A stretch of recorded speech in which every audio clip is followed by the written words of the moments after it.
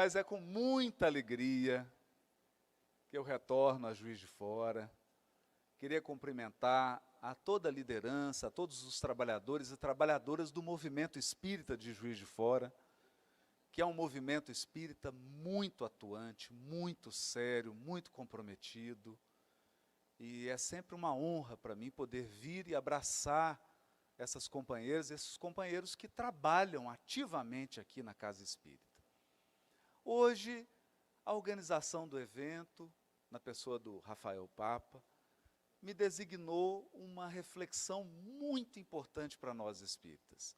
Mas antes disso, eu gostaria de agradecê-lo pelo convite, pelo carinho, pela coragem em organizar um evento dessa dimensão, e graças a Deus nós podemos retornar presencialmente. Esse ano, um auditório cheio, os espíritas comparecendo, é motivo de muita alegria para todos nós. Eu queria também cumprimentar todos os expositores, todas as expositoras, todas as cantoras, os cantores, em nome da minha queridíssima Ana Camasmini. Em nome dela eu quero cumprimentar a todos que trabalham aqui voluntariamente, carinhosamente, trazendo os seus estudos e as suas reflexões. Nosso tema: Espiritismo e os desafios dos tempos contemporâneos. Antes de iniciar, eu gostaria de fazer uma observação muito séria. Primeiro, nós vamos falar de desafios. A palavra desafio traz em si a ideia de que nós estamos com toda a coragem, com toda a confiança, com toda a boa vontade para superar. Se fosse problemas do Espiritismo, talvez a palavra transmitisse uma ideia de que a nossa atitude é uma atitude de lamúria, de que a nossa atitude é uma atitude de reclamação. Mas não. A palavra desafio evoca a imagem de um rio. Todo rio, para fluir, precisa contornar obstáculos. Precisa superar obstáculos. Precisa continuar, persistir no seu curso. E nós entendemos que o movimento espírita, embora composto de encarnados, ele conta com a direção, com a inspiração e com o amparo dos espíritos, porque a doutrina é dos espíritos. Eles estão em todas as partes. Eles atuam sob o comando do Espírito Verdade e têm um propósito muito claro e muito nítido: a renovação do mundo. A preparação do mundo de regeneração. Veja, não se trata apenas de mais um movimento religioso. Não se trata apenas de encastelar-se em mais um templo de pedra. O Espírito Verdade deixa claro: queremos renovar o mundo, mas da maneira mais eficaz, que é, abre aspas, Emmanuel, abre aspas, avançando palmo a palmo, um coração por vez. Palmo a palmo, um coração por vez.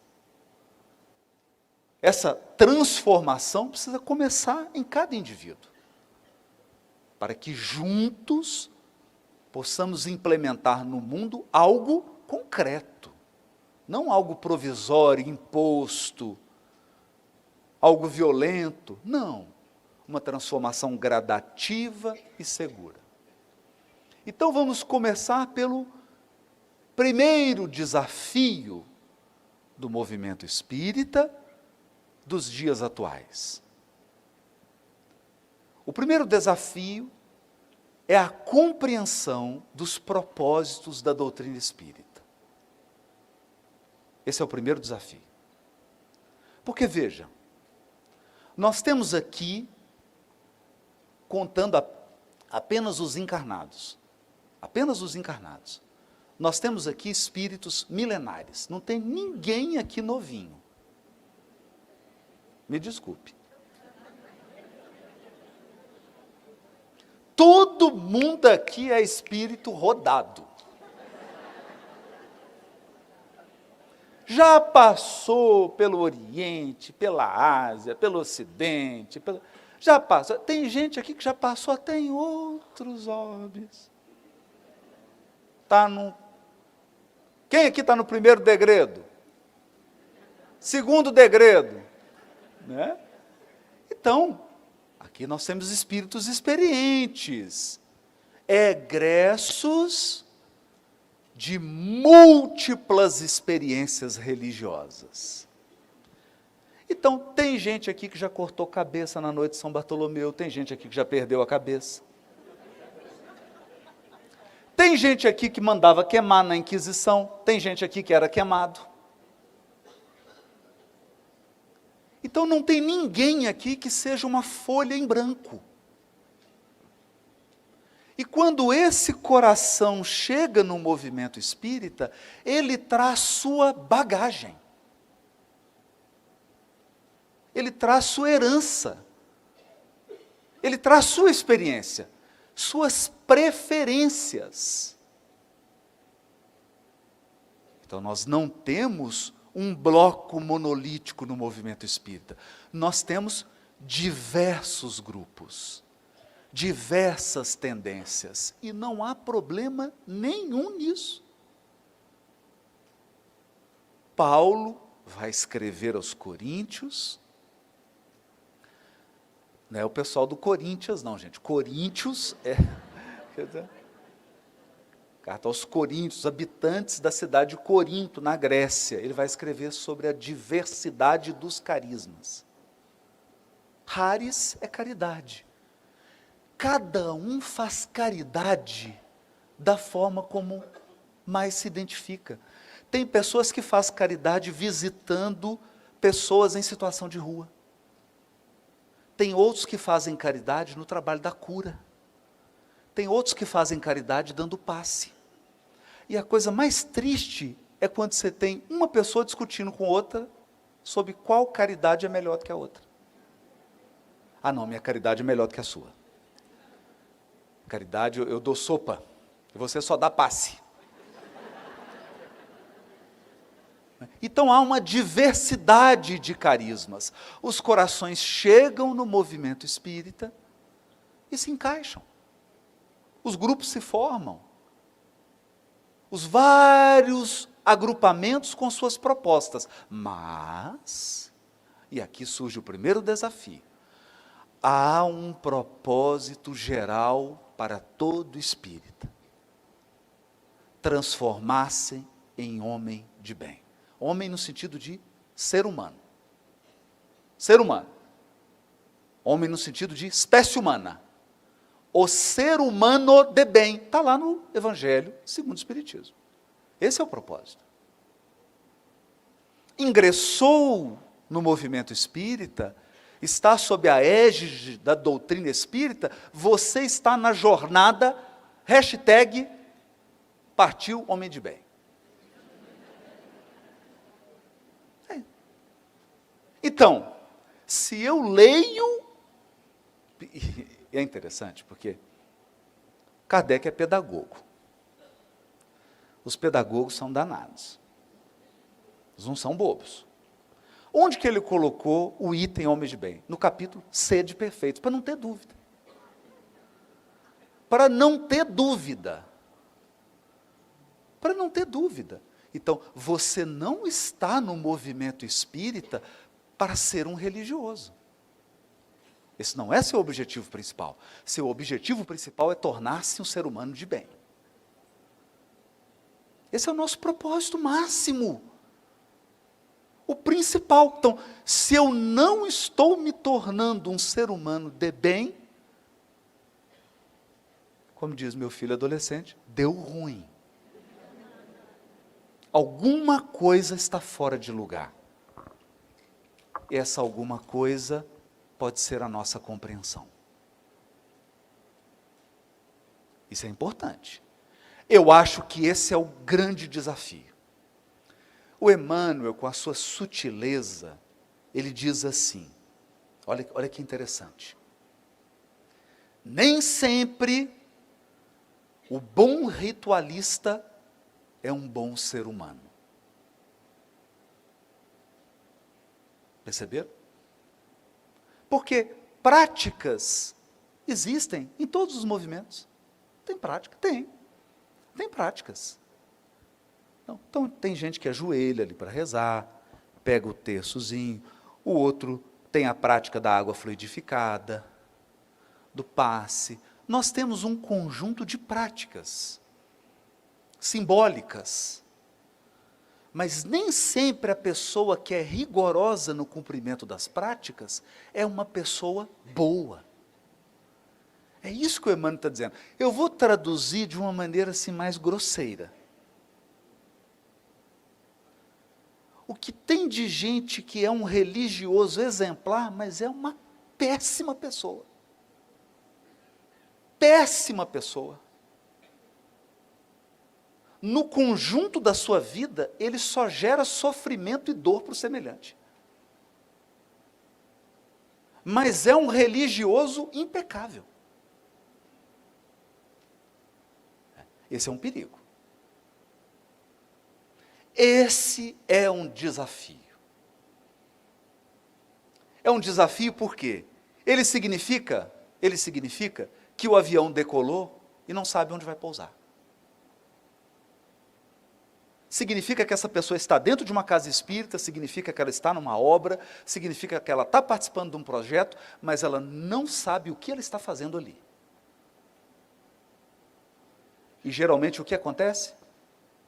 Essa pessoa vai gerar muito conflito. Muito conflito, porque ela vai confundir forma com finalidade. Ela não vai conseguir entender que o ser humano é maior do que o sábado e que o sábado foi criado para o ser humano. Ela vai começar a trocar. Ela vai começar a acreditar que o ser humano foi feito para o sábado. Então, tem um caso curiosíssimo, né? Que a pessoa chega e fala assim, por favor, me dá a cesta básica. Já distribuímos a última senha. Mas eu estou com fome. Semana que vem tem mais distribuição. Ou seja, a fila, a sistemática da fila e a sistemática da senha é mais importante que o ser humano. Perceberam? Que era a postura dos fariseus. Então, a pessoa está doente, procura Jesus para ser curado, aí o senhor diz, mas você vai curar hoje? Hoje é sábado. Não pode. Você tem que seguir o ritual. E aí Jesus perguntou, mas o que é permitido no sábado? Curar ou matar? Perceberam? Então, de olho sempre na finalidade. Nunca perder o foco da finalidade. Nunca perder o foco da finalidade. Nós estamos nesse movimento com uma finalidade, tornarmos seres humanos de bem. Mais bondade, mais compreensão, mais humildade, mais confiança em Deus, mais perseverança. Esse é o caminho. Mais tolerância, inclusão, que lá diz que o ser humano de bem, ele não discrimina pessoas, ele não faz distinção de pessoas por cor, sexo, orientação sexual, nada disso. Diz mais no texto, ele trata a todos como irmãos. E o curioso é que quando Kardec, no item seguinte, vai falar dos bons espíritas, ele diz assim, o espiritismo bem compreendido, mas sobretudo bem sentido, conduz aos resultados acima citados. Quais eram os resultados? Do homem de bem. Então, compreendeu bem o Espiritismo e sentiu. Esse é o nosso primeiro desafio. Esse é o nosso primeiro desafio. Segundo desafio, tem a ver com forma. Ainda tem a ver com forma. Veja, nós somos espíritas, nós acreditamos em espírito. A gente sabe que você vai assistir ao seu velório. A gente sabe, não, a gente aprende isso. Você vai assistir uma... Nossa, é meu velório. Não é? Dessa vez sou eu. Não é? A gente sabe disso. No entanto, o apego à forma é extraordinário. Tem algo curioso nos movimentos religiosos. Inúmeros movimentos religiosos tentam manter uma época. Vou dar um exemplo. Então, tem movimento religioso que fala assim, gente, nós temos que vestir igual a Abraão.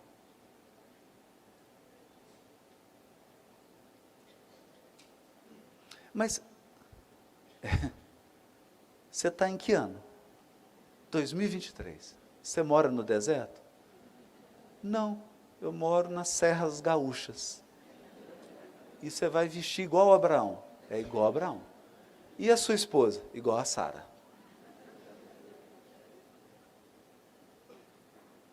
Perceberam? Então, Paulo enfrentou isso. Quando você se depara com esses atavismos, com essas cristalizações, você começa a encontrar assim, olha, você não pode comer isso, porque espírita não come isso, ou aquilo, espírita não bebe isso, espírita só bebe Guaraná Jesus. E eu encontrei, foi incrível, eu ganhei o Guaraná Jesus, né? E aí na minha estante tem assim, o Guaraná Jesus, e do lado uma Coca-Cola, na época que a Coca estava numa campanha lançando nome, aí lançou um Emmanuel. Aí eu coloquei o Guaraná Jesus e a Coca-Cola Emmanuel. Eles ficam lado a lado. A mulher espírita, ela não pode vestir essa roupa. Ela não pode fazer isso. Entenderam?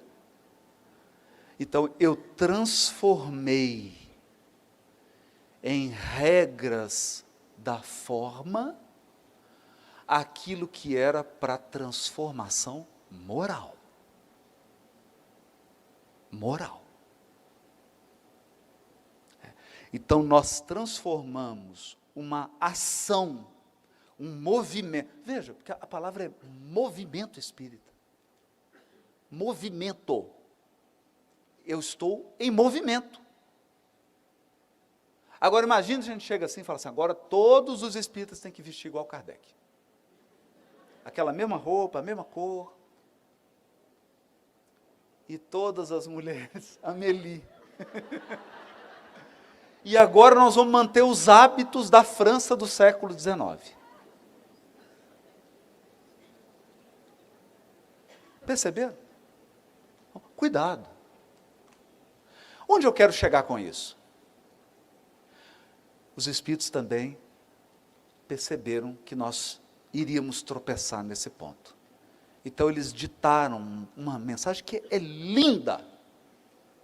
Linda. Está no Evangelho segundo o Espiritismo e se chama O Homem no Mundo. O Homem no Mundo. Então, onde você está? No Rio de Janeiro? Bermuda. Bermuda. Acabou. Acabou. Minas Gerais. Chapéu de palha, pão de queijo e café. Acabou. Mas daqueles bonitos. Perceberam? No mundo, você está em que época? Você está em que época? Os Espíritos falam isso. Você está em que época? Viva de acordo com a época. Agora eu quero trazer uma reflexão. Que época que nós estamos? Nós estamos na época da inteligência artificial. Nós estamos na época que estão lançando agora o óculos de realidade aumentada e realidade virtual. O movimento espírita está preparado para isso? Então, como que nós vamos praticar a mensagem O Homem no Mundo? Hoje, o terceiro mercado do mundo, é entretenimento, e dentro do entretenimento, o maior é videogame. Então, o maior mercado do mundo são armas. Arma. Por isso nós somos planeta de expiação e prova. Perceberam? O que mais vende no mundo é arma. Segundo, droga. Tá bom, né? Perceberam? Chega um espírito assim, vai aproximando da Terra e fala assim, qual que é o maior mercado aí desse planeta? Armas. Arma? Para quê? Para matar. E o segundo maior? Drogas. Para quê? Para morrer. E o terceiro? Entretenimento. Entretenimento. E dentro do entretenimento, videogame. Então, o que significa isso? Nós espíritas lemos a mensagem O Homem no Mundo. E o que acontece? Simples. Hoje, em qualquer casa espírita, você pega seu adolescente de 12 anos, leva ele para a mocidade, a hora que ele chega na entrada da casa espírita, ele recebe um óculos, não é? E aí ele já começa a entrar num cenário de realidade aumentada, do Evolução em 2 Mundos, não é assim? E aí tem um game muito legal, que é um game para desenvolvimento de virtudes, um videogame, não é isso? Não é essa a evangelização? É?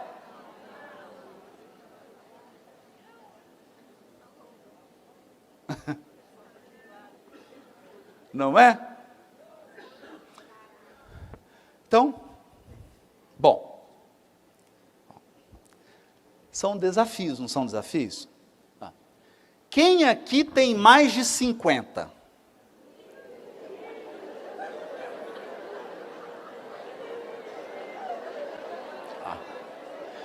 Quem aqui tem menos de 20?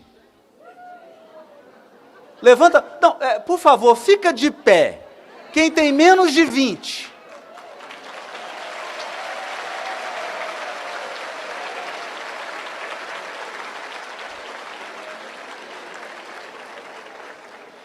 Quem aqui tem 15 anos? Fica de pé, por favor. Não, não é 15 anos de trabalho, não, de idade. Mais alguém? Só ela? Ah, tem ali. Então, 1, 2, 3. 16. 4, então. Ah, tem pequenininho lá. 5. Tem 5. 6. 6 pessoas. Vocês acham que isso é um desafio? Vocês acham que é um desafio? Tá. Quem aqui tem de 70 anos para cima?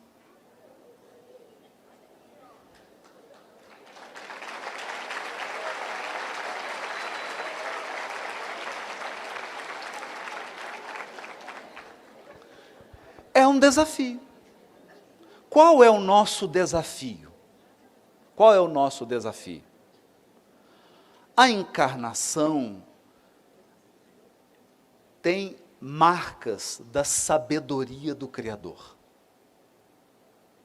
E uma das marcas da sabedoria do Criador é que a reencarnação possui ciclos e os seres são renovados.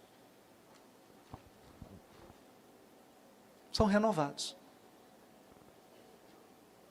Então, se nós não estamos conseguindo promover uma renovação do movimento, tem algum problema no movimento espírita, nós estamos com um desafio, não com um problema. Nós estamos com um desafio, a palavra movimento. O movimento está parado. O movimento está em stand-by. É um desafio. É um desafio. Então, pessoal, eu vou voltar aqui no ponto inicial da... Nós não estamos criticando ninguém, vocês estão entendendo? Nós somos o movimento. Nós estamos juntos fazendo uma reflexão, porque todos aqui amamos o movimento e queremos o melhor para ele.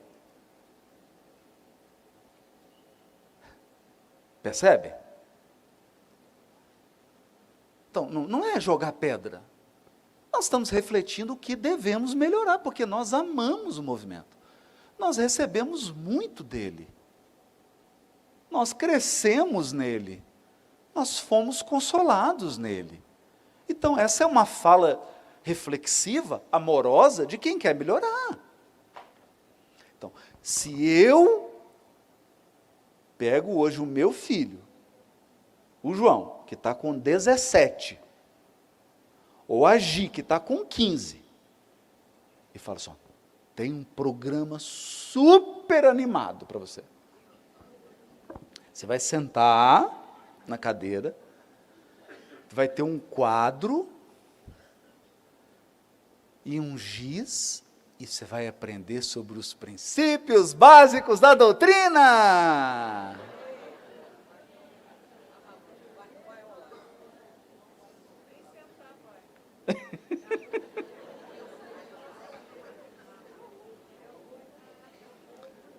Aí ela dá aquela olhada assim para o Instagram,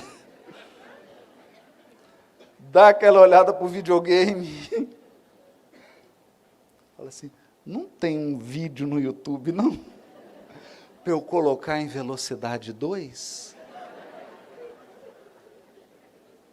Perceberam? Mudam, as coisas mudam.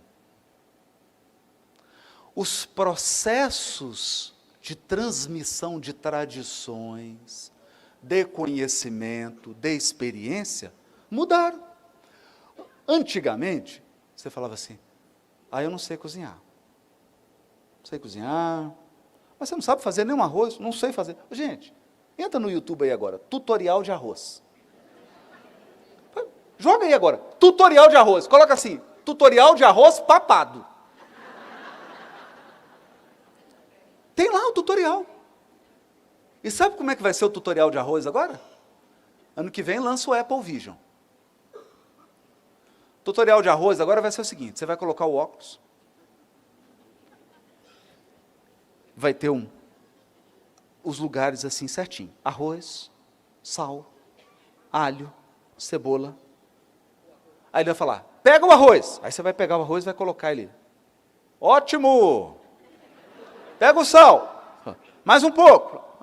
O óculos falando com você e mostrando. Coloca a panela no fogo. O tutorial, não tem mais desculpa. As mulheres estão felizes, não tem desculpa. Acabou. Acabou. Você vai fazer qualquer prato. Qualquer prato. Então, será que inteligência hoje é sinônimo de informação? De quantidade de informação? Se eu perguntar assim, nossa, fulano é tão inteligente. Olha, você pergunta para ele assim, pergunta para ele para você ver. Quais as capitais do Brasil? Ele sabe de cor. O ChatGPT também. Pergunta, quais as capitais do Brasil? Ele responde mais rápido. Né? Mas aí eu pergunta assim para ele, quais os tipos de proteína? Ele responde. Então, inteligência é informação? Não mais. Não mais. Você ficar decorando informação, você ficar dando dados, Em 1950, no dia 2 de abril, aí o menino está aqui, ó. Não é 2 de abril não, é 3.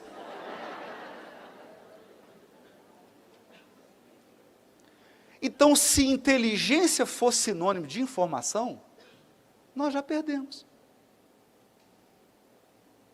Já perdemos. E a inteligência artificial nem começou ainda. Gente, nem começou. Lá em Belo Horizonte, no Hospital Horizonte, é possível uma neurocirurgia.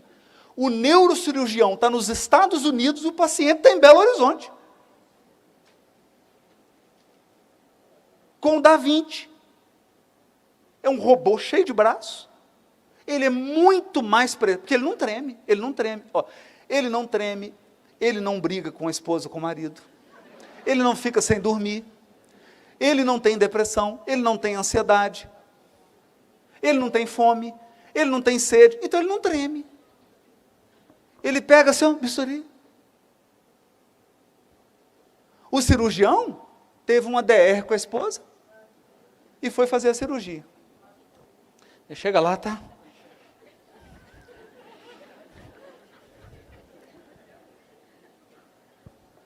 E aí o cirurgião lá dos Estados Unidos faz a cirurgia. Ou, eu tenho um cirurgião cardíaco aqui, em videoconferência com 5 colegas, um em cada continente, porque a cirurgia é complicada e os colegas estão ajudando ele. Deixa eu ver aí. Não, mais para cá. Não, peraí, olha, nós resgatamos aqui 200 cirurgias que foram feitas ano passado, a mesma, e a técnica usada foi essa. E o cirurgião está aqui em Juiz de Fora. Gente, esse é o mundo hoje. Agora eu pergunto, esse é o movimento espírita de hoje? O movimento espírita hoje está pronto para esse desafio? Não está. Não está. Então nós temos... Veja, a doutrina... A pessoa fala, mas Haroldo, a doutrina é maravilhosa, porque a doutrina quem trouxe foi o Espírito Verdade. O Espírito Verdade está lá nos mundos celestes. É claro que a doutrina espírita está 3.000 anos na frente. Mas eu estou falando do movimento, eu não estou falando da doutrina. Estou falando do movimento. Então, o que temos que fazer? O que temos que fazer? Nós temos que dar movimento ao movimento. Movimento ao movimento. E aí a gente chega em uma reflexão do Kardec. Porque o movimento espírita, a doutrina espírita, melhor dizendo, ela nos trouxe uma bênção em matéria de fé. A doutrina espírita revelou para o mundo um tipo de fé chamada fé raciocinada. Não tem definição melhor de fé raciocinada do que a dada por Chico Xavier. Eu adoro, já que nós estamos homenageando ele. Perguntaram para o Chico assim, Chico, eu não consigo entender a fé raciocinada. O Chico falou assim, minha filha, se você estiver diante de um leão faminto, com a boca aberta, e você é a refeição, você tem confiança suficiente em Deus para colocar a cabeça na boca do leão?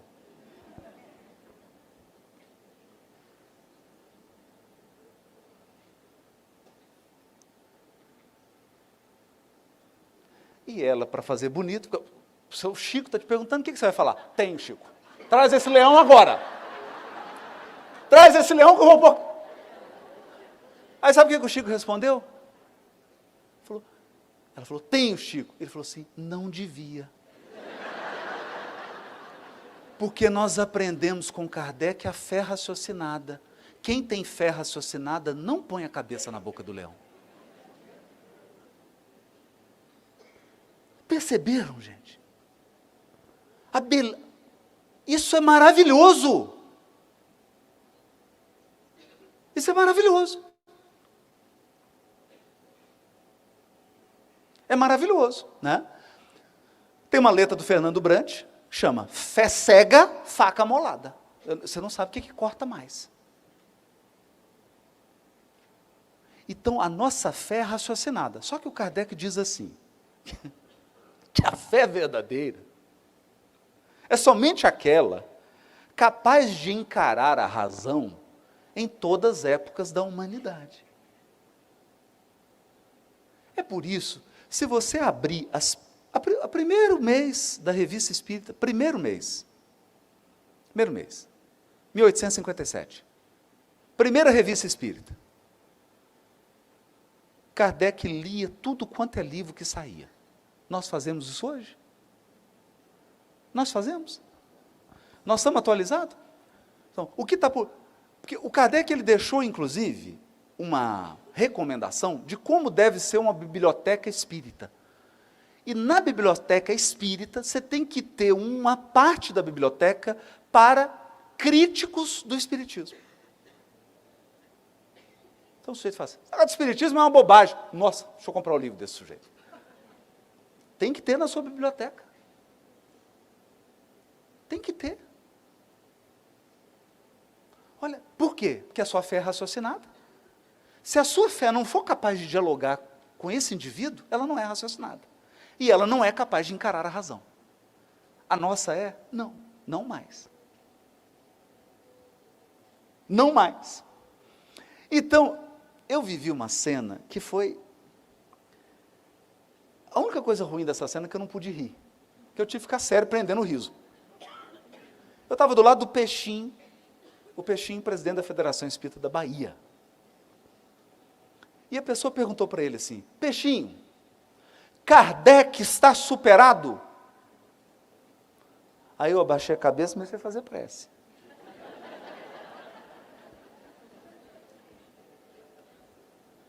Gente, o Peixinho nem mexeu a sobrancelha. Olhava com aquela cara de monge budista. A moça, está superado, Peixinho? Ele, infelizmente não. Infelizmente não. E aí a pessoa ficou desconcertada, porque ela não esperava essa resposta. Eu falei, infelizmente não, porque a gente aprendeu a decorar o que o Kardec escreveu, mas a gente ainda não aprendeu a pensar como Kardec.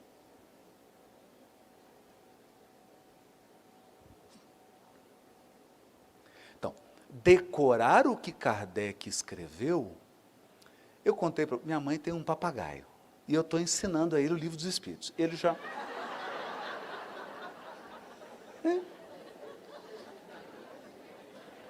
E ele, questão número 1, ele já decorou. Chega lá, que é Deus? Inteligência suprema, causa primária de todas as coisas. Esse papagaio é espírita? Ele tem fé raciocinada?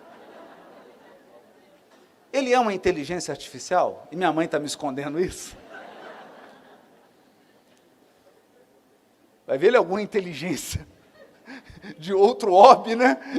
Minha mãe não me contou? Esse papagaio tem fé raciocinada? Não. Ele decorou. Ele imita. Ele imita. Então nós podemos treinar uma pessoa a imitar e repetir todas as questões do Livro dos Espíritos. Isso não significa que ela está pensando. Isso não significa que ela está raciocinando com Kardec. Porque o que me faz reverenciar Kardec, além de tudo, é o poderoso raciocínio do codificador. Poderoso raciocínio. O raciocínio de Kardec é magnânimo. É magnânimo. É extraordinário. É uma solidez de pensamento raro Raro você ver isso. Ele não... Quer ver? Eu vou dar um exemplo para não ficar parecendo... Ah, o Haroldo está falando isso que é palestra, né? Quer elogiar o Kardec para sair bem na fita. Então tá. Pega o capítulo 2 do livro A Gênese. O capítulo se chama Deus. Kardec vai escrever nesse capítulo 2, um item chamado A Providência. Ele vai falar da providência divina. E dentro desse item, ele vai falar do fluido cósmico. É um ensaio filosófico. Ele começa falando, imagine que o universo estivesse permeado por um fluido, que tudo sentisse, que tudo percebesse, que agisse e que ainda por cima fosse inteligente.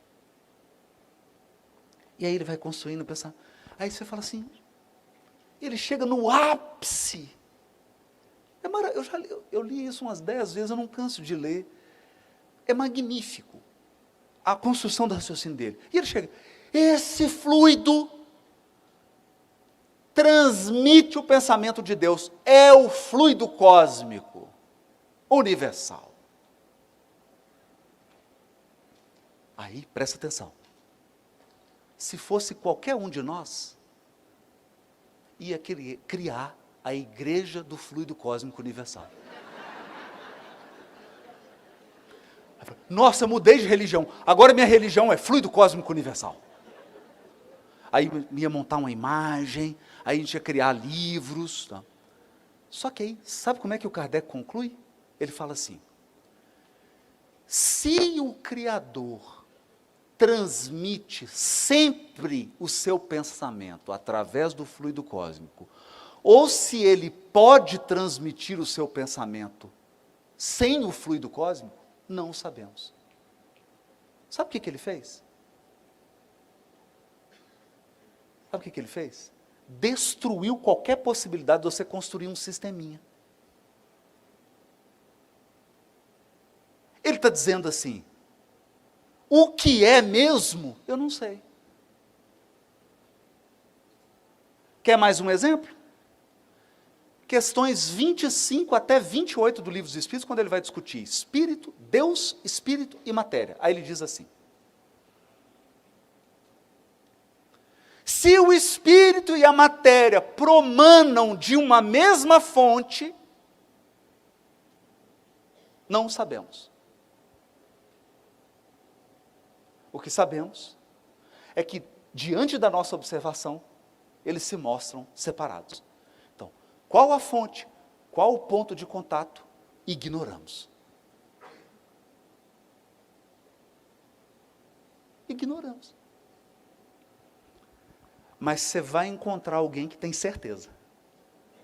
Perceberam? Por quê? Porque a ignorância tem certeza de tudo. A ignorância só tem certezas. Quem tem dúvida é a sabedoria. Quem tem dúvida é a sabedoria. Então Kardec nos ensinou a para de criar sistema, para de querer explicar. Então toda vez que eu encontro um pensador, uma pensadora que diz assim, resolvi todos os mistérios do universo e escrevi 5 páginas para explicar. Eu falei, virou Deus. Agora tem 2 deuses. Deus, o Criador, e essa pessoa. Faz sentido? Porque você está explicando o universo. Se você é capaz de explicar o universo, você é Deus. Você sabe tudo. Não tem mais dúvida. E pior, você conseguiu colocar isso num texto. Você substituiu Deus. Você é mais inteligente do que Deus. Perceberam? Então, gente, a gente tem que desconfiar. Se eu encontro uma explicação que explica tudo, eu estou errado. Simples assim. É simples assim. Eu estou errado. E a gente não encontra isso em Kardec. Então, a fé raciocinada de Kardec é uma fé assim. E agora? O que virá? E agora? Como eu avanço? E agora? Como eu prossigo? Agora, tem gente que acha que avançar... Eu tenho a sensação que tem gente que assiste muito Velozes e Furiosos. Porque tem gente que acha que avançar é destruir tudo que já foi feito. Não, isso não é avanço. Isso é autoextermínio. Isso é extermínio. Você acha que a medicina avança desconsiderando tudo que ela já fez? Aí chega alguém agora, vamos avançar a medicina, destrói tudo, vamos começar tudo do zero. Não. É uma coisa errada. Os avanços são ajustes. Ajustes. Ajustes. Você amplia. Você torna mais complexo. Você não destrói.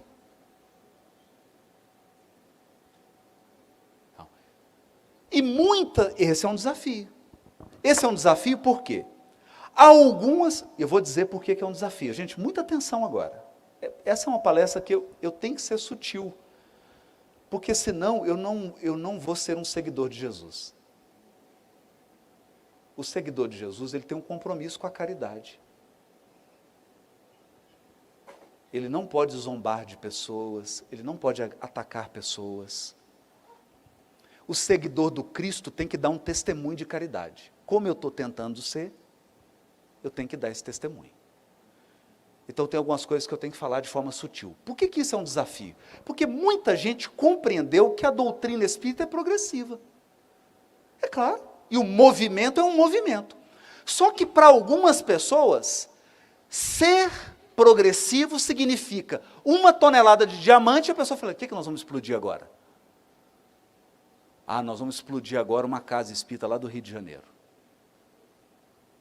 E agora, o que nós vamos explodir? Ah, agora nós vamos explodir a codificação. Isso não é progresso.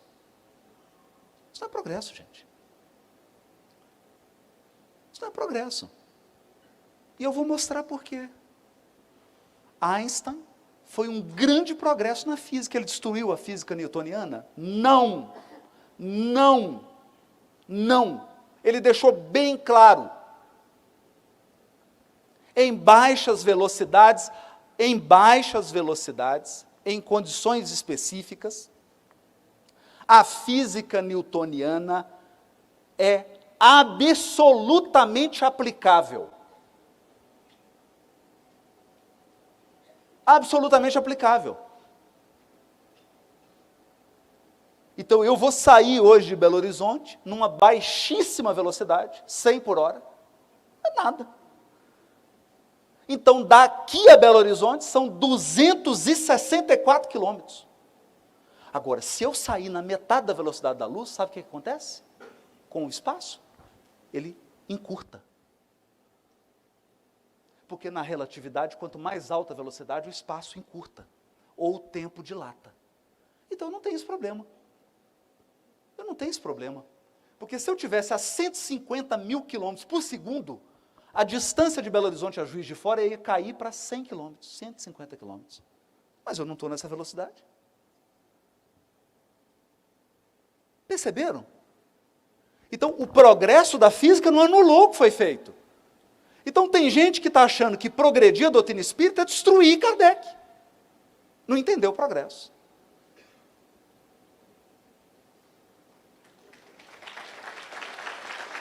Não entendeu o progresso. Por outro lado, tem gente que vem andando com a roupinha do Kardec, a cavalo.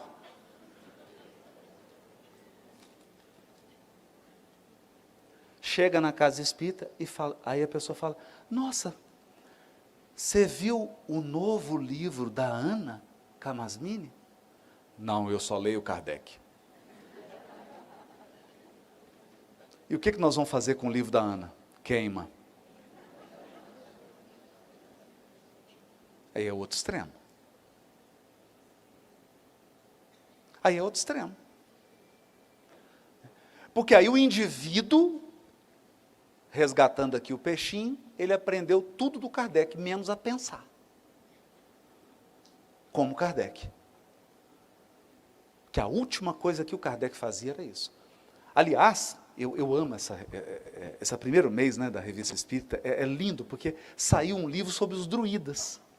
Gente, o Kardec comprou o livro, ele leu o livro e ele fez uma sinopse do livro na Revista Espírita. Ele pegou todos os princípios dos druidas e fez uma comparação com a doutrina espírita. É brilhante! Eu nunca mais vi isso. Ele é genial. Agora imagine se o Kardec falando assim, ó, Kardec, saiu um livro aí sobre druida, não sou druida mais, sou Kardec. Tem que amar tudo agora. Nunca fez isso. Ele nunca fez isso. Então ele lia tudo, lia tudo. Lia até coisa ruim. Quando saiu o negócio da frenologia, né, que a frenologia era assim, é engraçado, mas é o avanço, já é normal. A frenologia, ela olhava para o crânio da pessoa, e vocês já perceberam que o crânio é cheio de calombo? O meu é todo irregular. Então, criou-se uma teoria que, dependendo do calombo que você tinha, era uma virtude ou um defeito. Falei, estou lascado. Né? Então, tinha uma protuberância.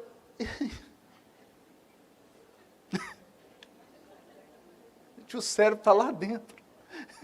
O cérebro está guardadinho lá dentro do crânio, né? Não interessa se você tem calombo no crânio. Tem tanta coisa depois do osso, né? Tem tanta coisa para dentro antes de chegar no cérebro. E o Kardec leu, fez uma análise crítica. Você percebe que ele está meio assim, falando assim, sei não. Ele usa o que a gente usa nos artigos científicos hoje. Dizem, postula-se, acredita-se. Então, nós precisamos resgatar a fé raciocinada, capaz de encarar a razão em todas as épocas da humanidade. Então, gente, se a sua fé raciocinada não for capaz de encarar o ChatGPT,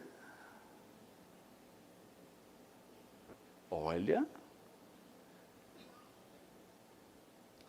tem uns amigos aí que pegam a palestra minha e jogam no ChatGPT. Porque tem um programa de inteligência artificial que ele transcreve a palestra inteira. E aí você joga no ChatGPT, ele faz o resumo. E você ainda fala assim, resuma esse vídeo na linguagem do Haroldo. Aí eu falei, contrata esse rapaz. O chat está excelente. Está excelente. Por quê? Por quê? Porque ele é um auxiliar. Ele não é a sua capacidade de sentir. Ele não é a sua capacidade de ser humano. Ele não é a sua capacidade de interagir com outro ser humano. Ele não é a sua capacidade de criar. Eu tive contato com o Espírito. E aí eu falei uma coisa para ele, ele falou assim, o que é o Espírito? Eu falei, o Espírito é isso. Ele falou, não.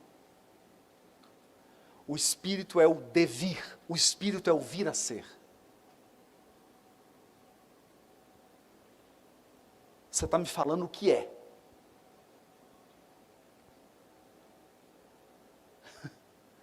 Tá, vou resumir. O ChatGPT, ele só mistura o que já foi feito. Ele prevê, com base no que foi feito, o que possivelmente se repetirá.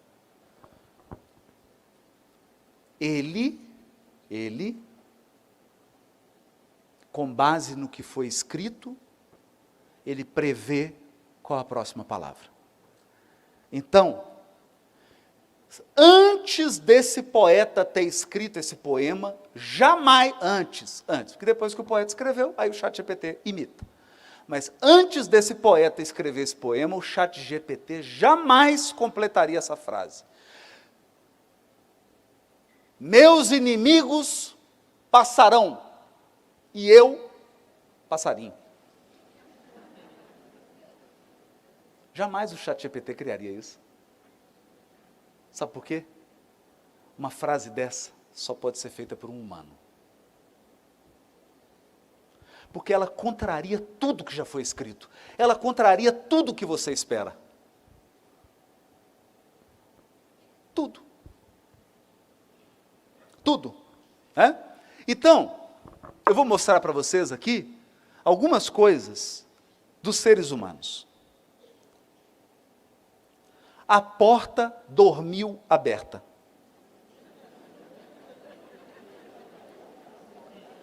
A luz dormiu acesa. Você segue reto toda a vida. Essa aqui é ótima.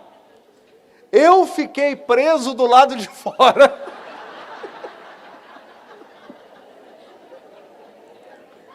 Olha essa que linda. Escuta só para você ver. Essa é maravilhosa. Não conheço, mas sei quem é.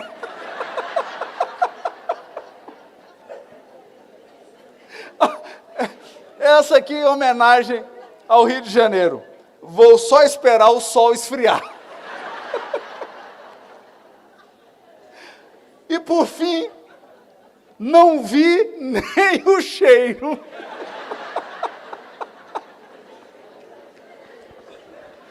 Isso é fé raciocinada. Isso aqui é fé raciocinada. Perceberam? Isso é fé raciocinada. Tem umas coisas gostosas do Chico, né? Uma vez estava um grupo de pessoas, aí alguém começou a falar, porque o Abraão pegou Isaac, foi levar para sacrificar, e não sei o quê, e na hora que ele foi matar, Deus falou, não, Abraão, pegadinha, pegadinha do Sinai, não vai matar o menino, é um cordeiro. Aí o Chico olhou e falou assim, se fosse uma mãe, nem subia no monte.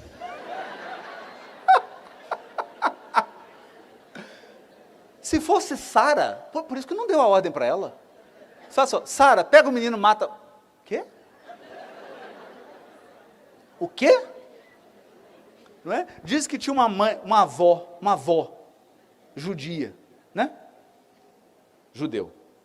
A avó judia estava com o menininho com um chapéuzinho, todo arrumadinho, bonitinho, aqueles negócios enroladinhos assim, cabelinho saindo. E aí foi andando na praia com o menino, e falando da Torá, e ensinando ele umas orações. Aí, gente, veio uma onda e levou o menino. A avó olhou para cima e falou assim, devolve meu neto agora! Aí veio outra onda e jogou o menino. Aí ela pegou, levantou o menino, falou, faltou o chapéu! Aí veio outra onda, trouxe o chapéu. Percebeu? É mãe. É mãe. Então, isso, está percebendo?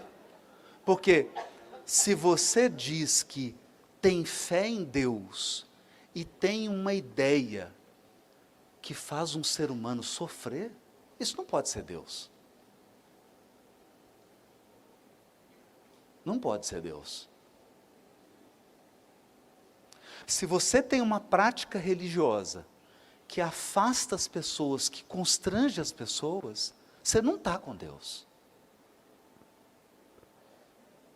Você não está com Deus.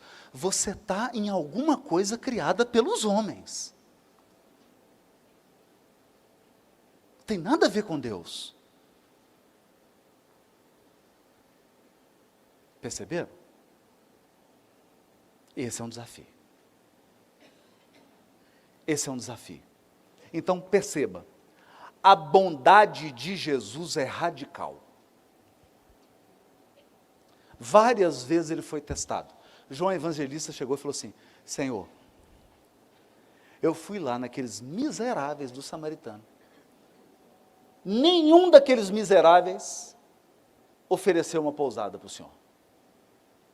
Só sabe que a tradição fala que quem nega hospedagem, desce fogo do céu e queima ele, a família, o gado, o rebanho, queima tudo. O senhor quer que eu faça a prece agora para descer fogo do céu e queimar esses samaritanos todos? Jesus olhou para ele, falou assim: João, o Filho do Homem veio para salvar, não para destruir. E continua a caminhada. Continua a caminhada. Aí caminha. Está no capítulo 8 de Lucas. Quando você chega lá no 25, ele chega em Jerusalém. Quando ele chega em Jerusalém, com fome, com sede, suando, cansado,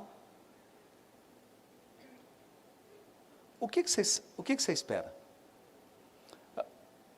Você está com fome, com sede, cansado, suado, aí você avista um grupo de espíritas. Você fala: valei-me Nossa Senhora, graças a Deus. Agora eu vou encontrar um povo caridoso.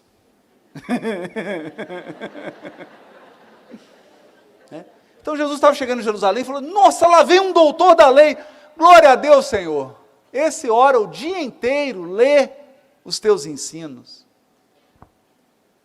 Aí o texto de Lucas diz assim: e veio um doutor da lei e perguntou-lhe para tentar-lhe.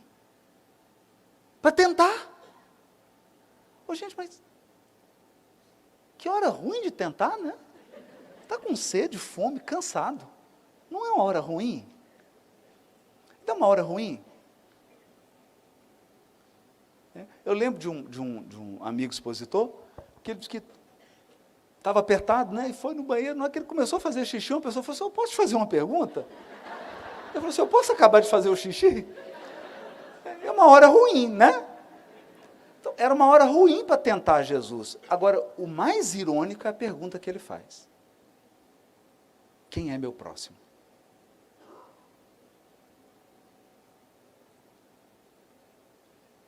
E isso eu acho quase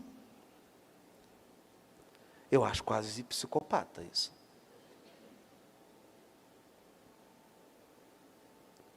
Eu acho. Você está diante de uma pessoa suada, cansada, com fome, com sede, e você pergunta para ela: quem que é meu próximo? Aí fala: sua mãe.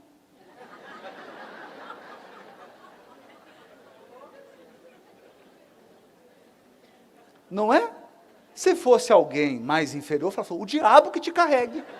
Você não falaria isso? Você não falaria?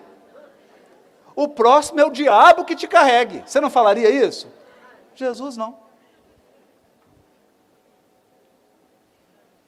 Jesus olhou com fome, com sede, cansado e suado. Sabe quantos quilômetros? O pessoal está fazendo maratona aí, 42. Da Galiléia a Jerusalém são 150 quilômetros. 150. E eles não puderam parar porque os samaritanos não deram abrigo. Eles iam pagar, não era de graça não. Eles iam pagar, ninguém quis hospedar. Não, aqui a gente não hospeda judeu. Está parecendo aquele time de futebol, foi visitar uma creche, né, de crianças, os jogadores. Aí quando parou o ônibus, estava lá, creche espírita, falou assim: não descemos. Foram embora. Então os samaritanos não deixaram. Jesus chega lá cansado, aí ele olhou para o João, que queria que descesse fogo e matasse todos os samaritanos, olhou para o doutor da lei, que estava perguntando quem era o próximo. E ele contou, sabe qual parábola? A parábola do bom samaritano.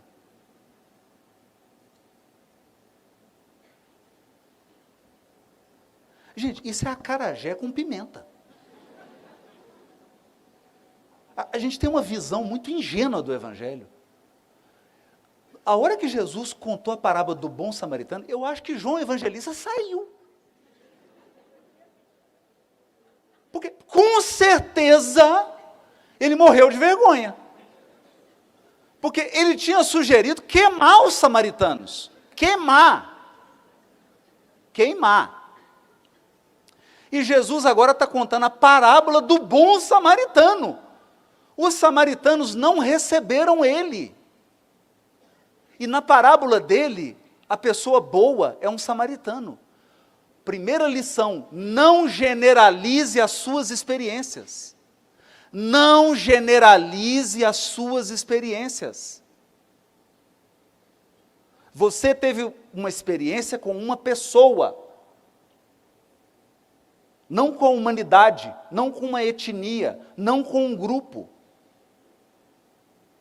Parábola do bom samaritano. E na parábola do bom samaritano, tem uma pegadinha, que é onde Jesus colocou uma pimenta, a pimenta mexicana. Pimenta mexicana, daquelas ardidas. Porque, olha a pergunta que ele faz na parábola. O homem que caiu está desfigurado, está nu, então ele não pode falar. Então, pelo sotaque, você não sabe se ele é samaritano ou judeu. Porque samaritano e judeu é irmão. Era tudo hebreu. 10 tribos do norte ficou samaritano, 2 tribos do sul ficou judeu. Da tribo de Judá. É tudo irmão. Tudo nariz pequeno, né? Orelhinha pequena. Qual que era a diferença? Sotaque. Mas ele está inconsciente. Como é que você vai saber? O homem que está caído não tem como identificá-lo. Ele está nu, desfigurado e inconsciente. Aí, Jesus faz a pergunta. Olha, presta atenção na pergunta que Jesus vai fazer. Quem é o próximo do homem que caiu?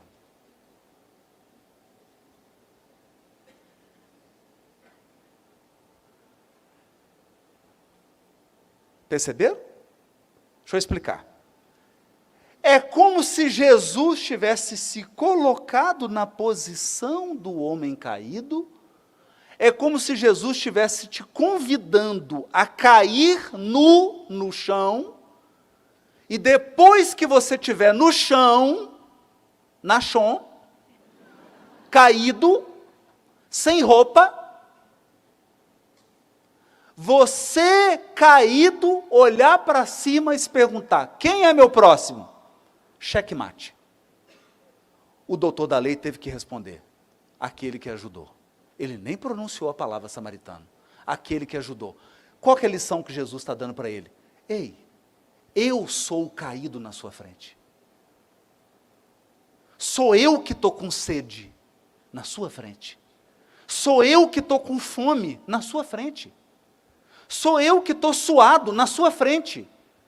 E você não cumpriu a lei de Moisés.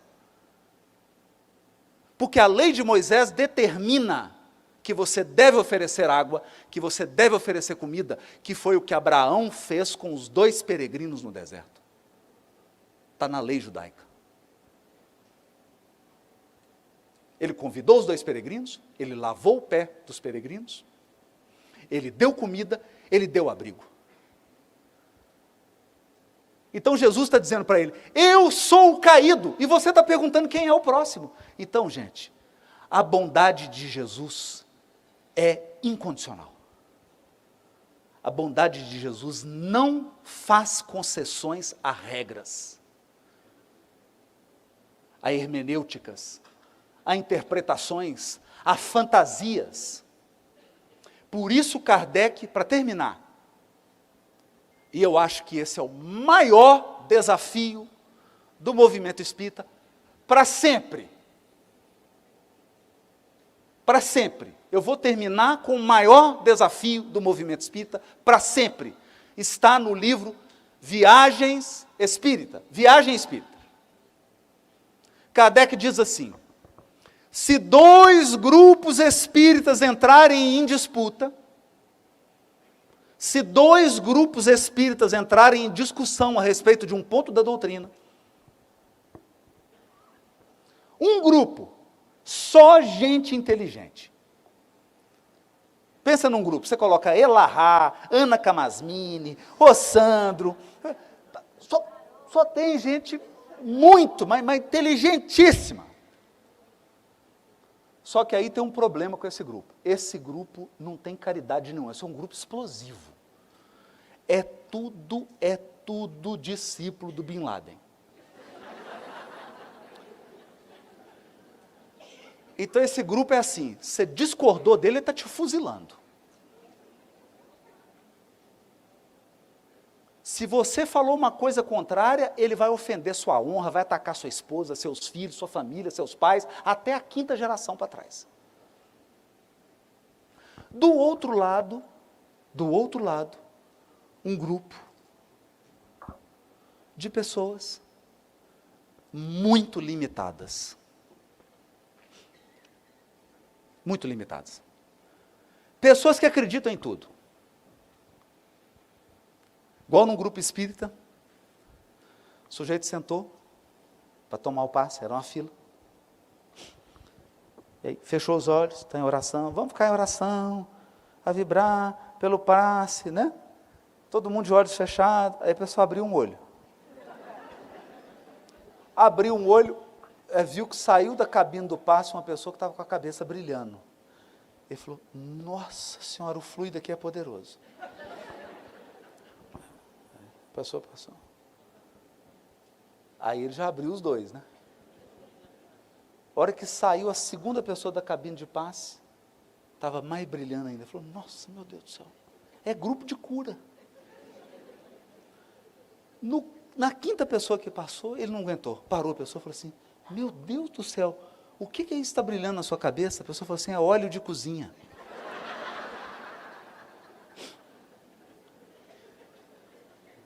Isso é fato verdadeiro, viu gente? Eu estou só aumentando um pouquinho, mas o fato é verdadeiro. Aí ele falou, mas óleo de cozinha, os guias da casa recomendaram que depois do passe, para jogar óleo de cozinha para fixar os fluidos. Então, era um grupo assim. Então, o outro grupo era assim. Ou então, um grupo num lugar aí do Brasil, né? O palestrante foi lá, fez a palestra, tal, o pessoal, vem cá, você conheceu o trabalho de desobsessão? Aí levou para o quintal do grupo espírita. Chegou lá, tinha umas gaiolas fechadas e umas gaiolas abertas. Aí ele falou assim, meu Deus, será que esse pessoal está vendendo pássaro silvestre para sustentar a casa espírita? Vamos todo mundo preso. Aí falou assim, falou com o presidente da casa espírita, senhor, o que são essas gaiolas? É o nosso trabalho de desobsessão. As gaiolas fechadas são espíritos que estão presos em tratamento ainda. As abertas a gente já libertou. Então, o outro grupo era esse. Então, de um lado, um grupo só de gente inteligente, intelectual, todo mundo formado, sabe, pessoa que sabe escrever, retórica, pessoal chique, mas violento. E do lado de cá, um grupo assim, de gente que tem gaiola, joga óleo na cabeça, sabe? Mas de coração bom. Pensa num grupo de gente boa, de coração. Aí o Kardec fala assim, com qual grupo que eu fico? Com os da gaiola. Com as pessoas que são boas. Porque é muito mais fácil ensinar conceitos do que ensinar a ser bom.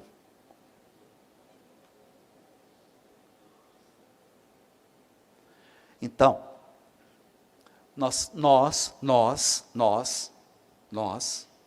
eu, todos nós, temos um desafio. Temos um desafio. Jamais abra mão da sua bondade para estar certo Jamais abra mão da sua bondade para defender a teoria que você acha que é correta. Jamais abra mão da sua vontade para violentar, ferir e fazer alguém sofrer. Porque Jesus veio da governadoria espiritual do planeta. Ele era puro. E ele nunca usou a verdade como pretexto para ferir. Como diz o Dr. Bezerra de Menezes, e aqui eu encerro, somente aqui na vida espiritual vim a compreender a cruz do Cristo. E hoje sei que a cruz do Cristo é uma estaca fincada no solo para erguer o mundo futuro. E para mostrar que nenhuma obra útil e verdadeira se constrói sem sacrifício pessoal, morreu nela.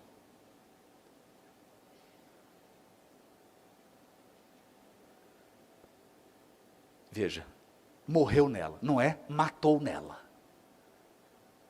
Morreu nela.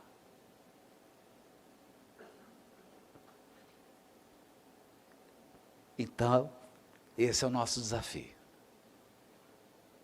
Não há concessões para a nossa bondade. A nossa bondade não pode fazer concessões.